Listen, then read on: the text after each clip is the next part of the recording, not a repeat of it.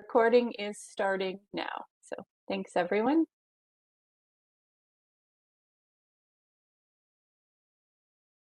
Thanks for your patience. So we are starting with the presentation.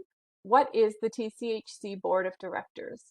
Toronto Community Housing is owned by the City of Toronto, and the City directs TCHC through the shareholder direction, which is a document that is approved by City Council.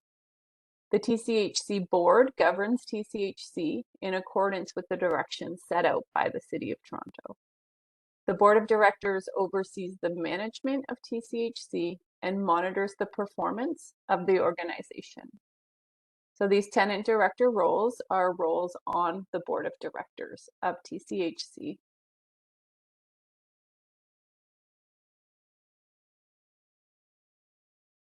Who are the TCH Board of Directors? As you know, there are 3 tenant directors, so those are the positions that we are recruiting for now. There are also 7 additional public directors who are not tenants, so non-tenant public directors. There are 2 city councils that are appointed to council, and the mayor has 1 spot for either him or herself and the mayor or a mayor's designate.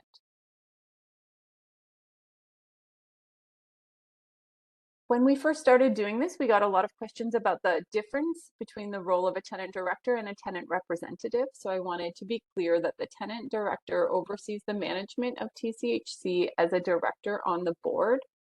A tenant director has experience of being a tenant in addition to other qualifications.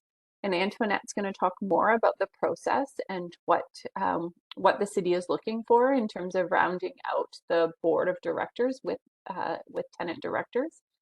A tenant rep in the tenant engagement system, or a tenant leader, provides feedback to TCHC on tenant perspectives on specific issues and provides local leadership. So the tenant director deals with higher level policy and strategic decisions. And I'll pass it off to Antoinette now. Thanks, Jen. So there are a number of things to think about when considering the tenant director role. One of them is what qualifications are needed for this role. Looking at this list, it may seem quite long, but the good news is that as a board member, you don't need to have all of the qualifications that are listed here. These qualifications represent a range of expertise that board members should collectively represent. So the first one, which all of you probably have or should have, is lived experience as tenants. Second, social services for tenants, social housing delivery, housing advocacy, community development, property management and land development, business management, corporate governance, organizational development, labor relations, business, and contract law. So next slide, please. Okay, so the board of directors, another thing to consider is the board of directors commitment. So in addition to what I just mentioned, there are board commitments that you would need to make. The first one is the TCHC board meets approximately 8 times a year. So meetings are usually held during business hours, Monday to Friday, from 9 a.m. to 6 p.m. Board members are also required to participate on one of the board's 3 committees. So it could either be the tenant services committees, the governance, communications, and human resources committee, or the building, investment, finance, and audit committee. In addition to what I just mentioned, there are board or committee materials that are sent out 7 to 10 days in advance to allow time for review before meetings. So this reading is very important as it helps you to know what you are voting on and to also participate effectively in the meeting discussions. And lastly, attending meetings is important for quorum. If members don't attend, there is a possibility that there will be no quorum and the meeting would have to be rescheduled. Before I move on to the next slide, another way to see if you can commit the time required to be a tenant director is to review the past agendas, minutes, and meeting videos. And you can find all of that information on the TCHC Housing website. Next slide, please. There are also eligibility requirements for the tenant director role. So tenant directors on the TCHC board must meet the following criteria. Definitely, you must be a current tenant of the Toronto Community Housing Corporation. And then the other bullet points apply to all of our public appointments roles. So you must be a resident of the City of Toronto. You must be at least 18 years old. You cannot be a spouse, partner, child, or parent of a member of Toronto City Council, and you cannot be a city employee or an employee of a city agency or corporation. So for instance, if you were working for Toronto Hydro, if you were working for Toronto Community Housing Corporation or the TTC, you would not be eligible to be a tenant director. Next slide, please. Board members are also compensated for their participation. So all public members, including the tenant directors, will receive an annual stipend of $2,500 and $500 per meeting attended to an annual maximum of $10,000. And that includes the $2,500 stipend. Either reasonable expenses will be reimbursed. This compensation must be included in income reporting for RGI tenants, and it may impact your rent amount. So this brings us to the process. The first step is to submit your application. And application deadline is April 7th.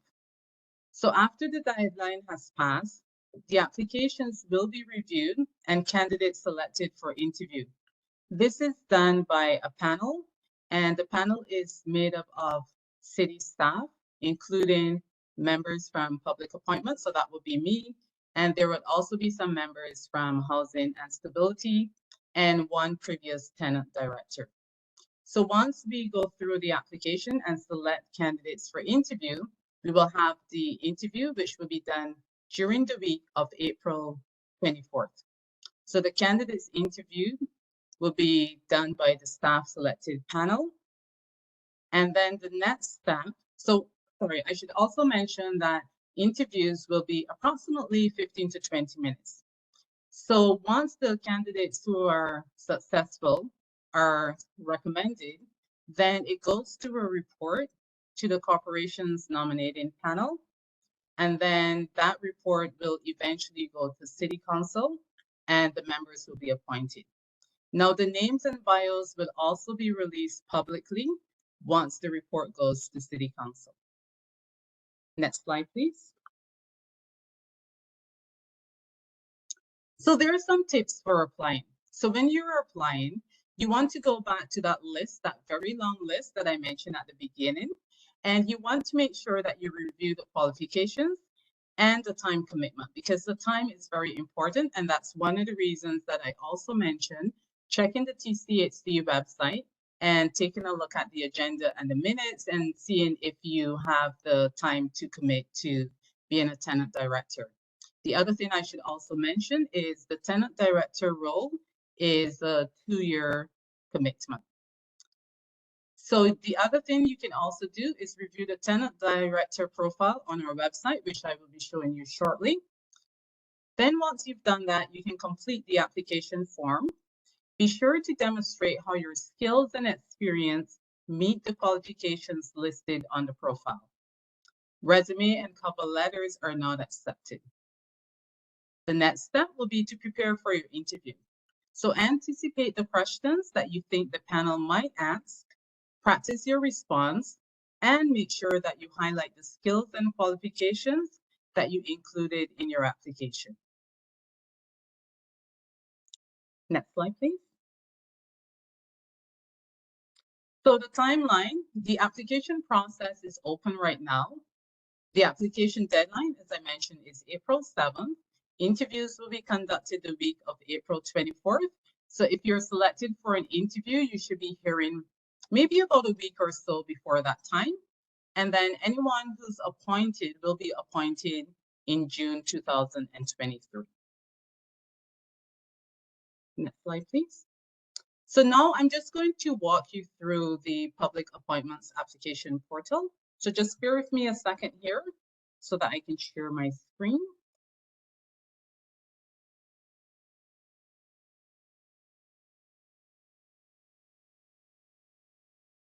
Okay, are you able to see my screen? Yes, we can. Okay, great, thank you. Okay, so this is the public appointment site, and an easy way to get here would be to key in toronto.ca/shape your city, and this will bring you to our homepage, which shows all of the upcoming deadlines for all of our various boards. And if you scroll down a bit, you will see the Toronto Community Housing Corporation. So I'm going to click on this right now, and it will show you some information here, which we call our decision body profile. So the first part talks about, it's just a summary of Toronto Community Housing Corporation. And if you click here, it will talk about the Housing Services Act. And then it also provides some information about the Ontario Business Corporations Act. Below that, I'll skip over the information sessions because that's what we're doing right now. But then we also have the board responsibilities, so you can read that. It talks about the term of office, which I just mentioned, it's 2 years, and members can serve a maximum of 8 years. So that would be 4 2-year terms, but each time you would have to reapply and be reconsidered. The next part also talks about the compensation of the board. So it talks about some stuff that was mentioned earlier, but you can read that again if you wish. And then you can also see that very long list of qualifications that I had mentioned previously. We also see here that the meetings are held approximately 8 times a year and the remuneration is mentioned. And one important fact here, I kept talking about looking at the Toronto Community Housing Corporation website. So if you click here, it will take you to that website, and then you can look at the agenda and the minutes that I had mentioned earlier. This section here is the membership. So you can see the 13 members listed, and you can also see here that we've also listed the tenant directors. So I'm just going to scroll down now to the application part of the page. So there are 2 sets of application right now. So we're also looking for public members to be tenant directors, or sorry, to be members, board directors. And then of course we have the tenant directors. So you just want to make sure that you click on the right section. So the first one is the tenant director, and then you can click apply online. However, what I'm going to do is I'm just going to click on the print application, which opens up the whole page, and then I can quickly walk you through this page. So the first section talks about the application process, and one very important part here is that it tells you again that we are not accepting supplementary materials, so no resumes or CVs or letters. And one of the reasons for that is by having this application form, everyone will be filling out the same question and answering the same questions. So part 5 of the application is the opportunity for you to discuss your qualifications. And when answering questions, you must stay within the character limits where indicated.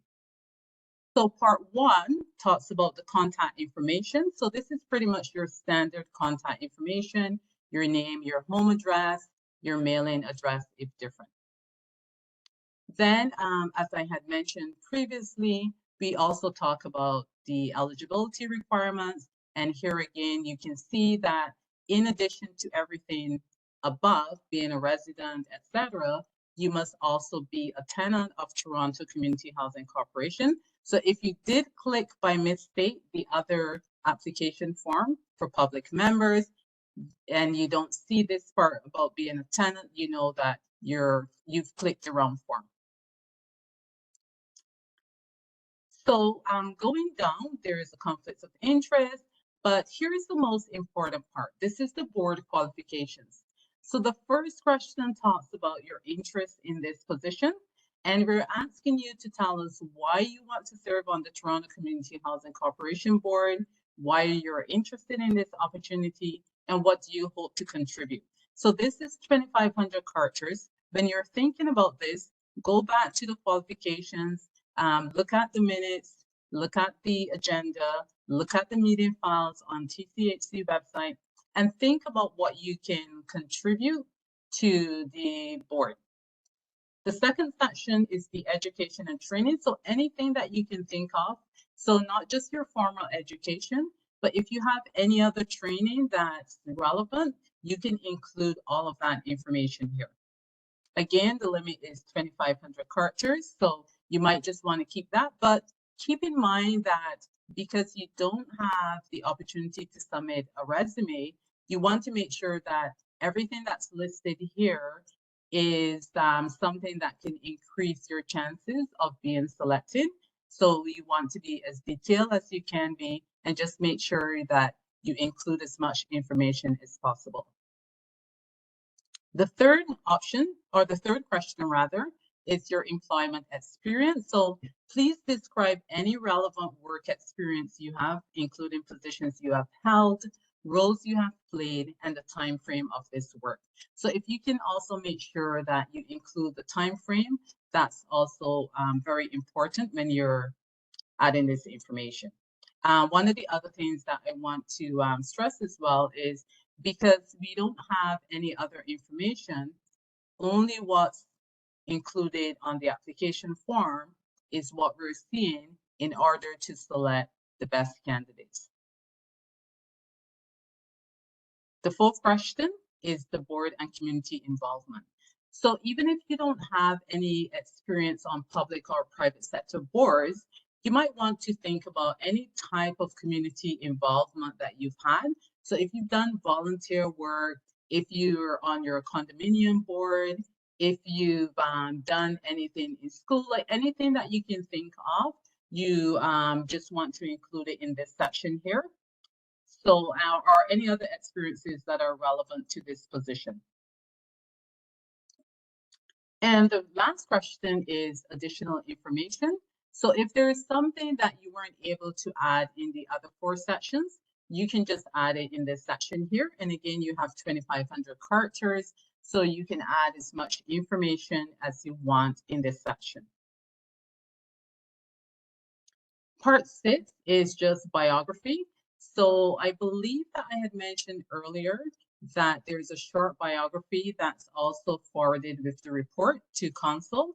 So that information that you add here would be publicly released once the report goes to Council. So just keep that in mind when you're completing your biography. The section here, it's just talking about how you learned about the role. So you can just click on the best method here that helped you to find out about this role. And then the very last section is the confidential voluntary diversity information. So this information is optional, but we hope that you complete it because what it does is it provides us with information on the people that we're keeping, or rather the people that we're selecting to be on boards. So for instance, it lists the gender, the age, the ethnicity, and the race. And this also helps us to know whether or not we're meeting our requirements. And that's it. So if there are any questions, I am going to pass it back to Jen to continue.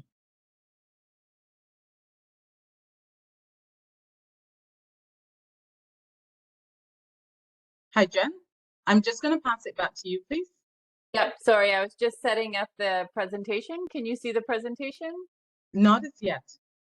Okay.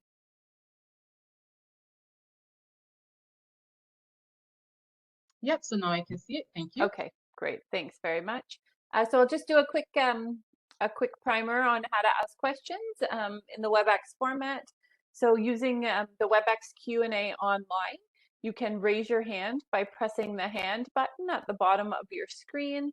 So there's a picture there if you're online. or you can type your question in the box to the lower right hand of the screen and click send, and your question will be directed to the relevant panelist. If you're on the phone, which several people are, you can enter *3 on your phone to raise your hand, and your name will be placed into a queue based on the order of who raised their hand first. The moderator, who Isaiah has agreed to be our moderator, will select and individually unmute participants with their hand raised icon by announcing the digits of their telephone number, so the last 2 digits. So if you've raised your hand, listen up for the last 2 digits of your phone number. And when you're selected and unmuted, you will hear 2 beeps, and this means you can ask the city staff your question. Okay, so now time for questions. If anyone has questions, please raise your hand. Let us know. Maybe while you're gathering your thoughts, we can share some of the questions that were asked last night. So we were asked if current tenant directors are eligible to reapply for another term as tenant directors. So Antoinette, do you want to answer that question? Sure. So current tenant directors, the ones that are there, obviously currently, they are eligible to apply, and that's because they haven't maximized the time that they can serve. The maximum time for tenant directors is 8 years, so it's 4 2-year terms. Thanks, Antoinette. Another question we received last night was from someone who recently had applied to be a director on the TCH board and was wondering if A, they needed to reapply, and B, if they wanted to add more to their current application, if they've gotten additional experience or thought of additional information that they wanted to share, how they could do that. So that they can definitely send in information. The question that I had asked that person last night was whether or not they had submitted their application in the past 2 years. And so we keep applications on file rather for 2 years. So because they have submitted their application for 2 years, then they're eligible, or they can send an email to us with the information that they want to add and just specify the section. So before I went through the section question by question. So let's say, for instance, if it was question number 4, then it's best if they put that information in the email, and then we can go into the application and add that information. Thanks, Antoinette. Any questions from participants? A couple other clarifications that we made in the Q&A section last night. I think we were asked who comprises the panel of people reviewing the applications and interviewing, and I think Antoinette clarified that in the presentation, but if you missed that and you're wondering, it is city staff, not TCH staff, that are on that panel, along with a former tenant director. Another clarification was whether you had to apply online or if you could print the application. So there is a printable format, and as well, if you need a copy of the printed application, you can let us know, and we'll put up a slide and read out the contact information shortly for public appointments.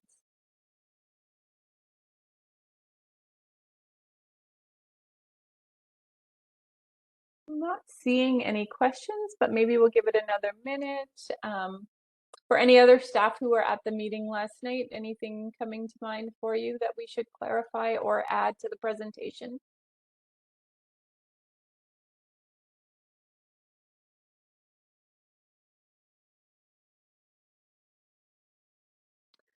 Oh, there was one other question last night about whether or not a tenant director could be the chair of the board.